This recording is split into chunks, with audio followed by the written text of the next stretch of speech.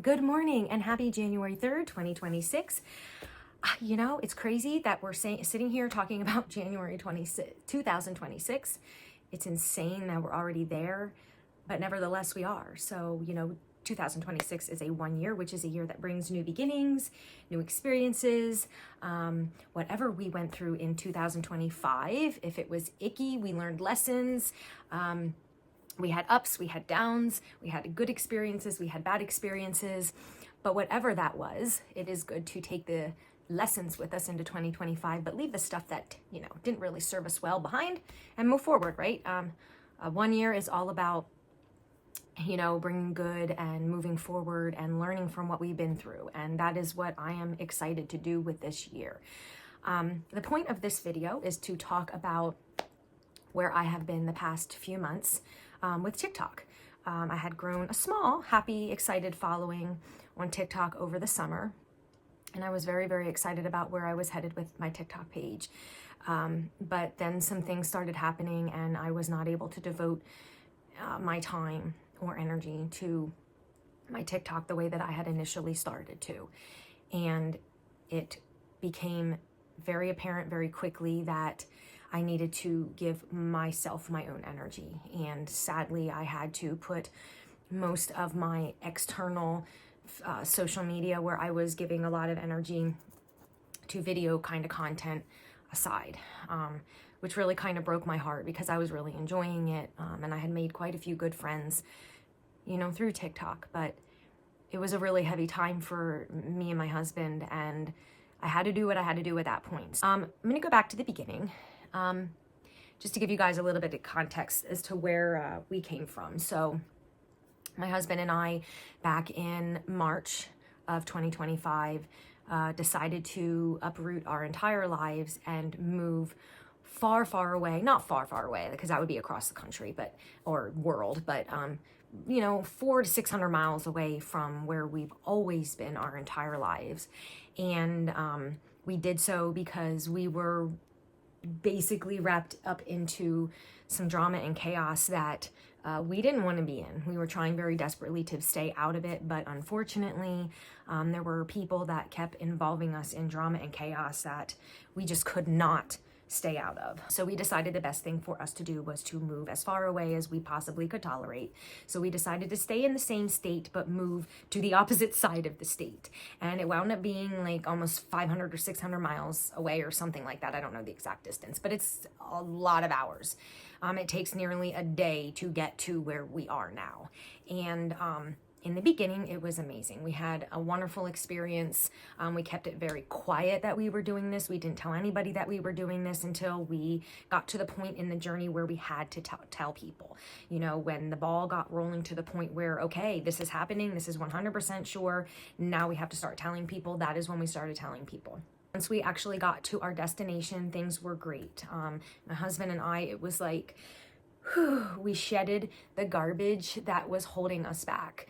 There was so many people back home that were not wanting us to succeed. They were trying to hold us down. They weren't doing well in life, and they were just icky and miserable people, and they just wanted us there with them. And because of that, we weren't doing well. And guys, energy is a real thing. And we were doing everything that we possibly could to stay away from these people and to stay out of their toxicity and drama, but they just kept, it was just like every day we were being pummeled. But anyway, I'm getting long-winded on that. So we get to our destination, and life was amazing. We were loving it. The experience was exactly what we were hoping it would be. We were just having a blast, we were settling in. We were so excited with our new experience. The area, getting to know our new area was fun and exciting. And, we became accustomed to, finally we can breathe. We weren't being pummeled every day with toxicity and drama and negativity. And my husband and I were able to get into a routine together and finally fall into us, a place that we weren't ever able to be since we kind of really met.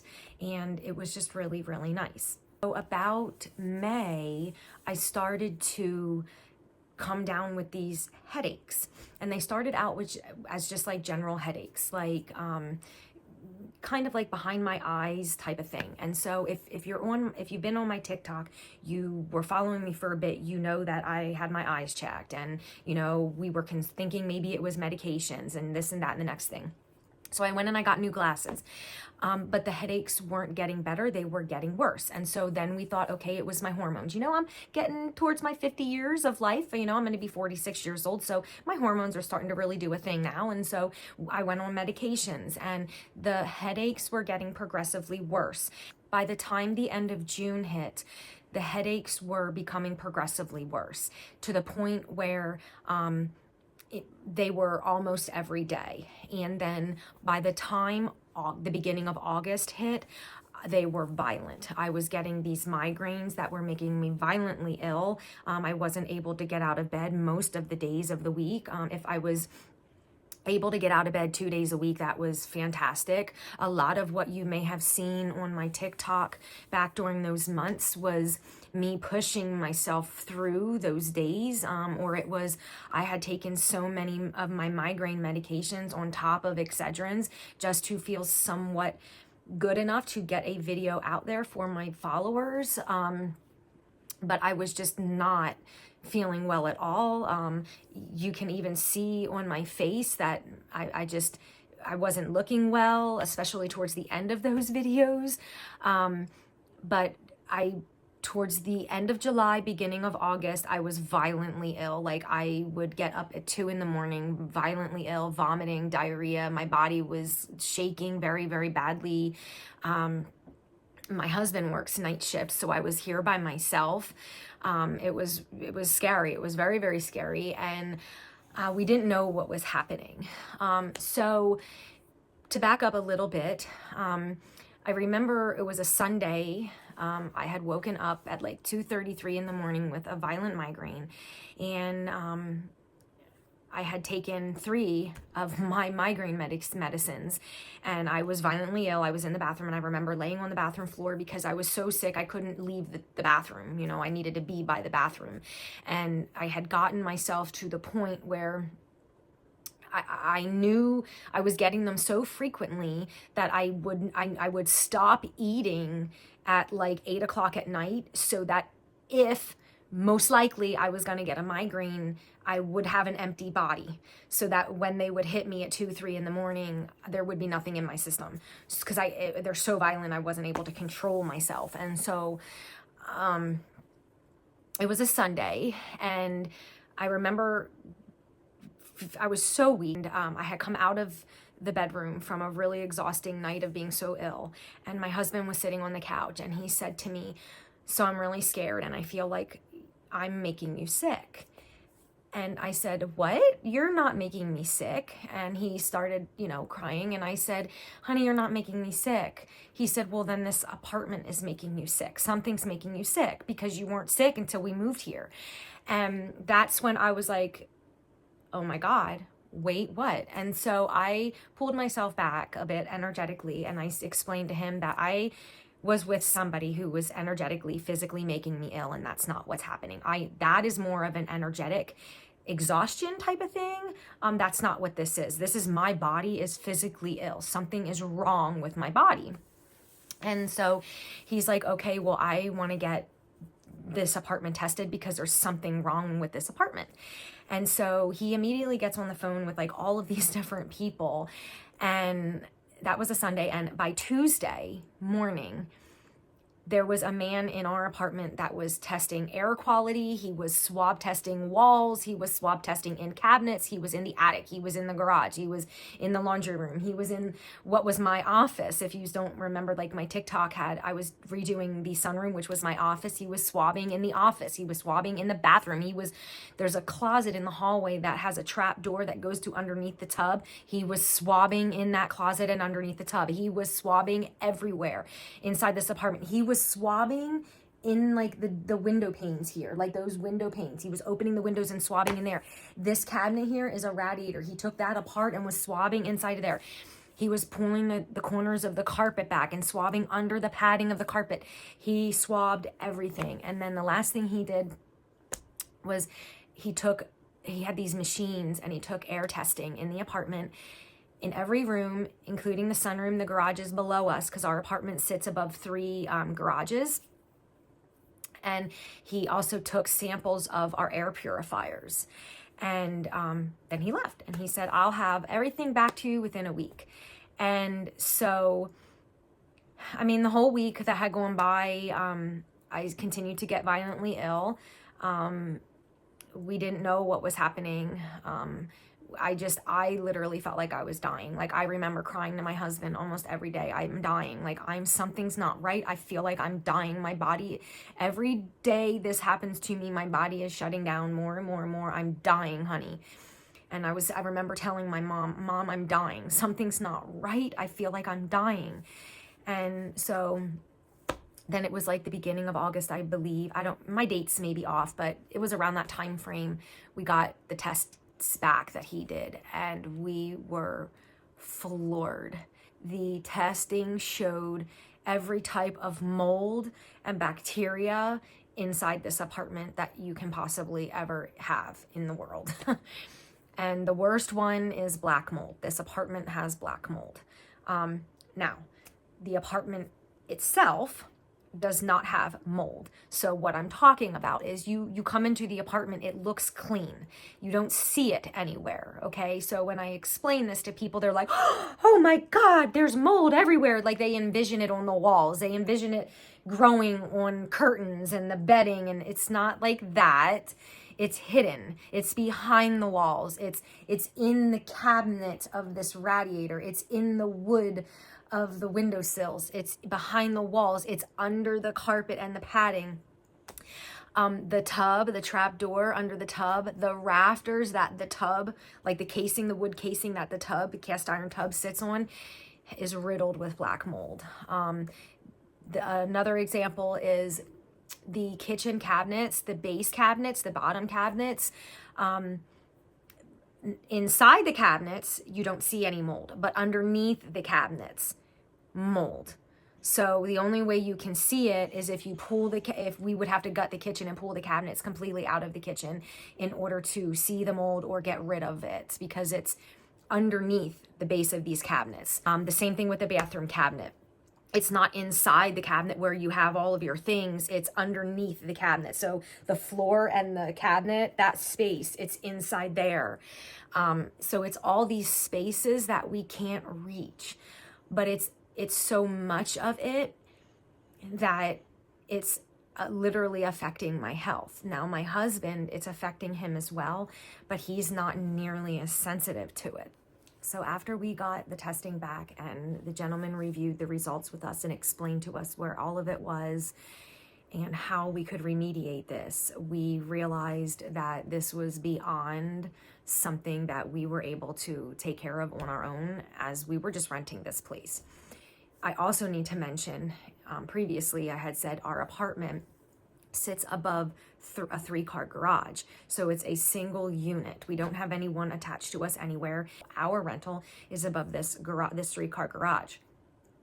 This 3-car garage is not maintained. Now, when we came to view this property as a prospectal for us when we were moving here, we did not view the garage. It was not something that we were allowed to have access to renting, so they didn't take us down there, which we were okay with because we were not going to ever have access to any of the 3 garages. So we didn't think that was odd that they weren't taking us down there, because, you know, we didn't have access to the garage, so why would they take us down there, kind of thing.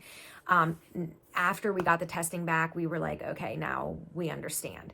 So once we moved in here, we do have access to the garages via a door from our apartment. And when we had moved in, we had kind of did a little bit of walking through down there to see what was beneath us. And we were shocked at the lack of maintenance that the garages had. There were a lot of rodent activity. It was not maintained. There was a lot of leaking pipes. There was a lot of junk everywhere. You could tell it wasn't maintained, and it wasn't maintained and taken care of for years, not just a little bit. It was years. And I noticed that there was a weird substance on the walls and the ceiling down there, but I didn't know what it was. I thought it was just staining, but the gentleman that was here to do the testing for us confirmed that that was actually a very toxic mold that was growing down there, and it's everywhere. And so that is actually coming through the floors. So in a way, the fact that the entire apartment is carpeted is actually helping us, but it's kind of like a catch-22 because those mold spores, it's coming through the flooring and it's settling in the carpeting.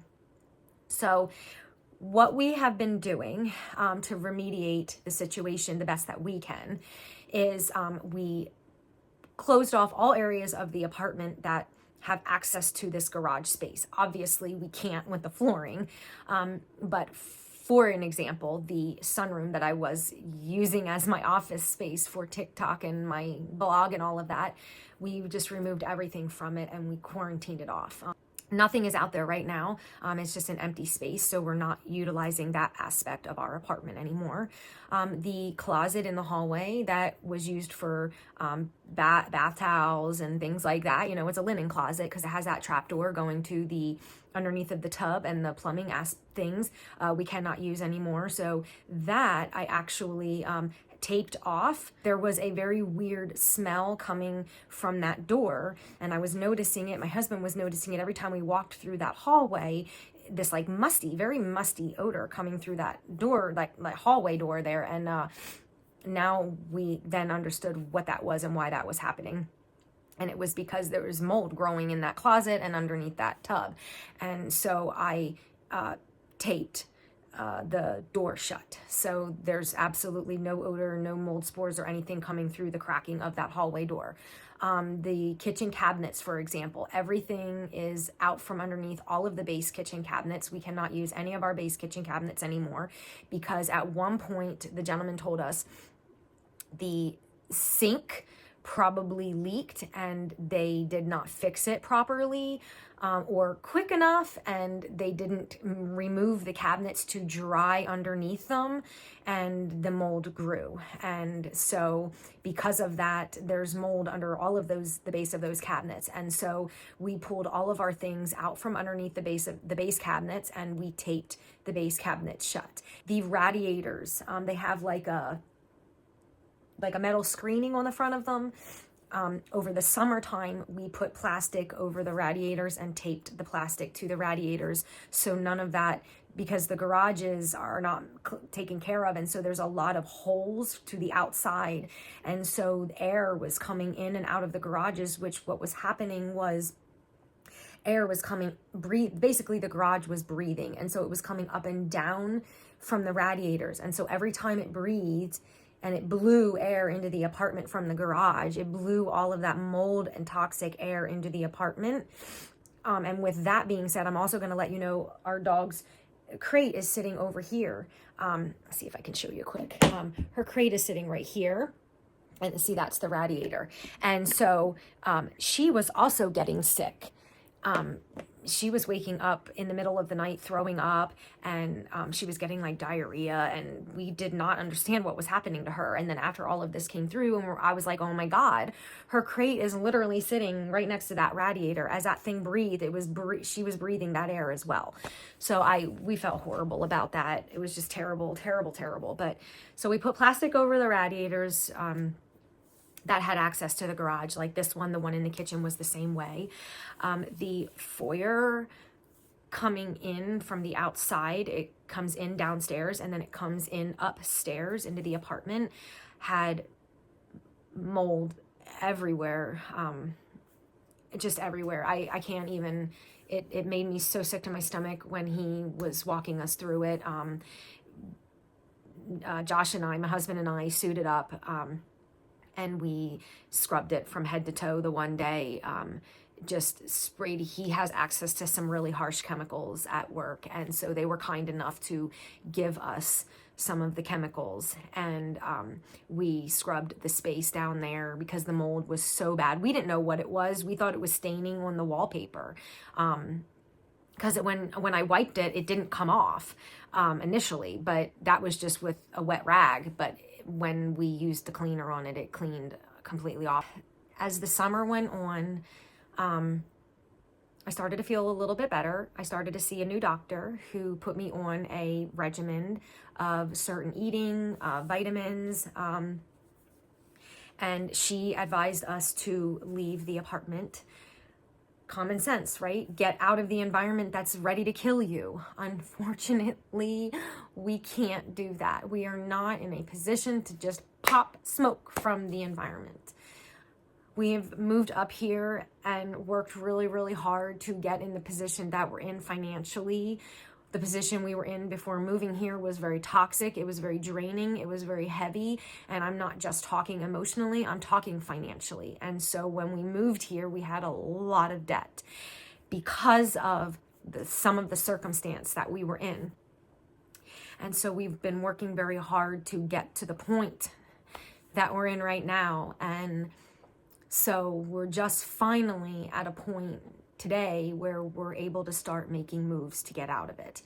And we did, because I'm sure this is a question, we did take this to our landlady, who went bananas. She, the only thing I can say about it is she's a narcissist.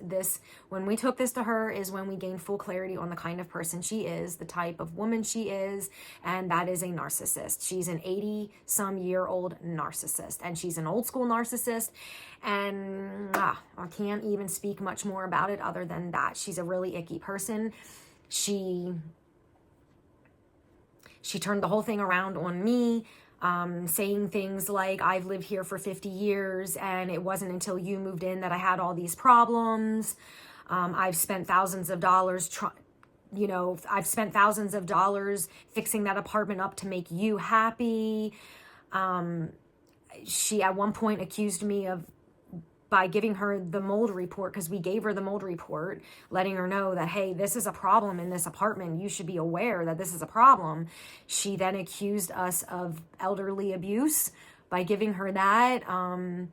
She accused us of, because we gave her that we were trying to get less money for our rent. It's just been a nightmare. It's been an absolute nightmare dealing with her. She calls me multiple times a week for stupid stuff. There's a lot of areas within this apartment we're not even able to use anymore because of the mold, because it makes me so ill. We have to have certain areas of the apartment completely quarantined from the rest, like the sunroom. We have this beautiful 9x15 room that we're not even able to go into because the ceiling's collapsing and there's mold out there. We're not able to use all of our base kitchen cabinets because there's mold in them. I can't use the bathroom cabinet because there's mold growing in it. I can't use the hall closet because there's black mold growing in that. We pay to heat a 3-car garage that we're not allowed to use. There was 2 weeks in October that we didn't have heat. And it wasn't until my husband threatened to have a licensed heating and cooling specialist come in and then charge her for it that she finally got it fixed. It's just been a nightmare. It's just, she's a narcissistic, she's just a terrible person. I'm very, very ready to get out of here. If you watch any of the other videos on my YouTube channel, you'll see the most recent video I talk about when you realize things are no longer aligned with you and how to know when things are no longer aligned with you. And one of the things I say in there is it's not horrible here. And while it's not horrible here, I have fully outgrown it and I'm ready to move on from it. And it's not just the space, it's the area, it's the job. Because initially when we moved up here, I wasn't working. I was throwing myself fully into my business, my online business, my blog. And I was loving it. It was growing. I was experiencing it. And I don't want to get emotional.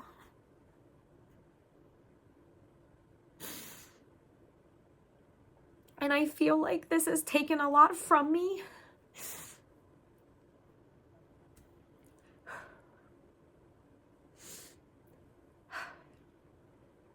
This has taken a lot from me. I still wake up sick. Although there are days my migraines are not nearly as violent. The doctor has really worked hard with me to get them to a point where the medication does at least help now. But knowing that I'm in an environment that is making me so ill and I feel stuck here is really, really hard it's like a really hard pill to swallow. And I feel really bad for my husband because he feels really, really guilty about it. He feels really guilty about it because he feels like, as the man of the house, he should be able to just pull us out of the environment. And, you know, life doesn't work like that. We're in a society where it's not easy to just move on quickly. You know, we can't just move without having a plan and knowing where you're going. But I did have to take a job outside of the house to get myself out of the environment for a long period during the day. Being in the environment all day long and all night was really creating a lot more issues. And so I took a job, which has been a whole new experience and been a whole new struggle for me. I haven't been able to devote my time to anything. So it's been one hell of a journey. It's been very stressful. Probably in another video, I'll talk about the job experience. This video, though, was about what has been happening, you know, in our life that has created me to be away from my, you know, TikTok and what I was working so hard on over the summertime. I will say that I'm super proud of so many of you. When I was last on TikTok and I see your accounts, or I saw your accounts, you were right there with me. And now some of you guys are over 10,000 followers and you're doing phenomenal. And I'm so happy for you and I'm so proud of you. And I'm just ecstatic that you're there and you're going and you keep going and you're in that moment and you're in those opportunities and you're experiencing it. And I'm just so happy for you. And I want you to know that. And keep going. You know, it's moments like that when I look at, you know, where you are from where you were when I first last saw you guys. It's inspiration, you know. I want that for myself too. And I know that one day I'll get there. I feel like it's just like I'm constantly being thrown this, that, or the next thing constantly. And life is always just a struggle sometimes, you know, and I try so hard to be so positive and just be an uplifting experience and whatever for other people that I tend to forget and neglect myself. And I need to stop doing that, I guess. I don't know. So anyway, this is getting really long, but that is where we've been. That is where I've been, I should say. Dealing with a lot of health issues, struggling really bad emotionally, mentally, physically, having a really hard time keeping my mind out of the darkness. It's been a big, big struggle for me. You know, when you don't feel good physically, it's very, very hard to show up. It's very, very hard to get out of bed. It's very, very hard to be what you need to be, you know, and show up in the way that you know you need to show up. It's just so difficult. My husband and I do have a plan and there is movement. I hope that the movement I'm praying for happens. I don't know how much longer I can stay in this environment. I want out of this environment so bad. And I want to go back to where I know we belong. I miss my family every day. This experience and being away from family has really taught us a lot about ourselves, about each other, about being married. And although it did exactly what we wanted it to do, it didn't take as long as we thought it would need to. We thought the distance would need to be a few years, and it didn't. My therapist said to me, "Why did you think the distance needed to be a few years?" And I said, "Well, you know, energetically, you have to have the cut for a few years." And she said, "No. What makes you think that?" And I said, "Well, the longer the distance, the less easy it would be to reattach." And she said, and this was like a huge eye-opener for me, because she said, no, that's not necessarily true. She said two things here. She said, one, your souls were ready for the disconnect.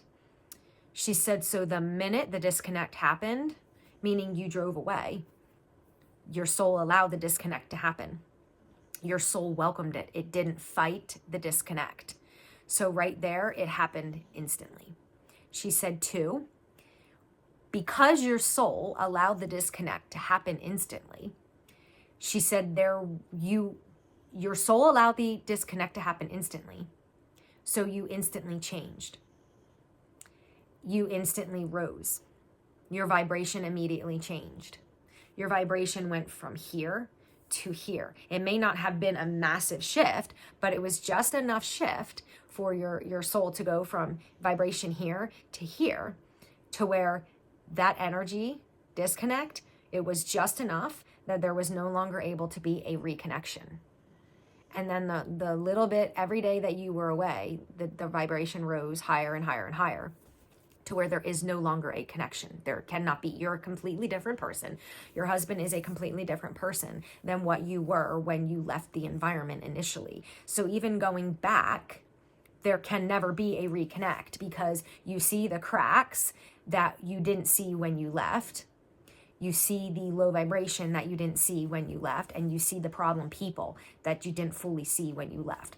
And she said all of this to me, and I thought to myself, wow, that's so true. She said that you are more aware of what you will accept and not accept now, so that now when you go back, you will immediately recognize the toxicity in the person, place, or thing and the experience, and you will immediately feel it and remove yourself. Versus before, you were so wrapped up in it and you were being hit constantly by it, you could never recognize the difference between any of it. And I'm like, interesting. Having that conversation with my therapist really helped me to know that we're safe, we're okay, we're protected because we're protecting ourselves now. We have enough knowledge and enough awareness. So anyway, this is getting really long. That's where I've been, you guys. Sick, so sick. But I'm going to try really, really hard to get back in this. This is now revamped, and I'm going to talk a little bit more about what my new journey looks like. I have to show up in a different way now. And I'm excited about the new way, and I'm very excited to share all of this with you guys. So I hope that you guys have a wonderful day, wonderful Saturday, because today is January 3rd. Hope that you have a wonderful Saturday. Happy New Year. Happy Year of the One. We're moving into a blessed and wonderful, prosperous new year, and very, very excited for where this all goes. So hope that you guys have a wonderful day, and I will talk to you guys soon. Bye.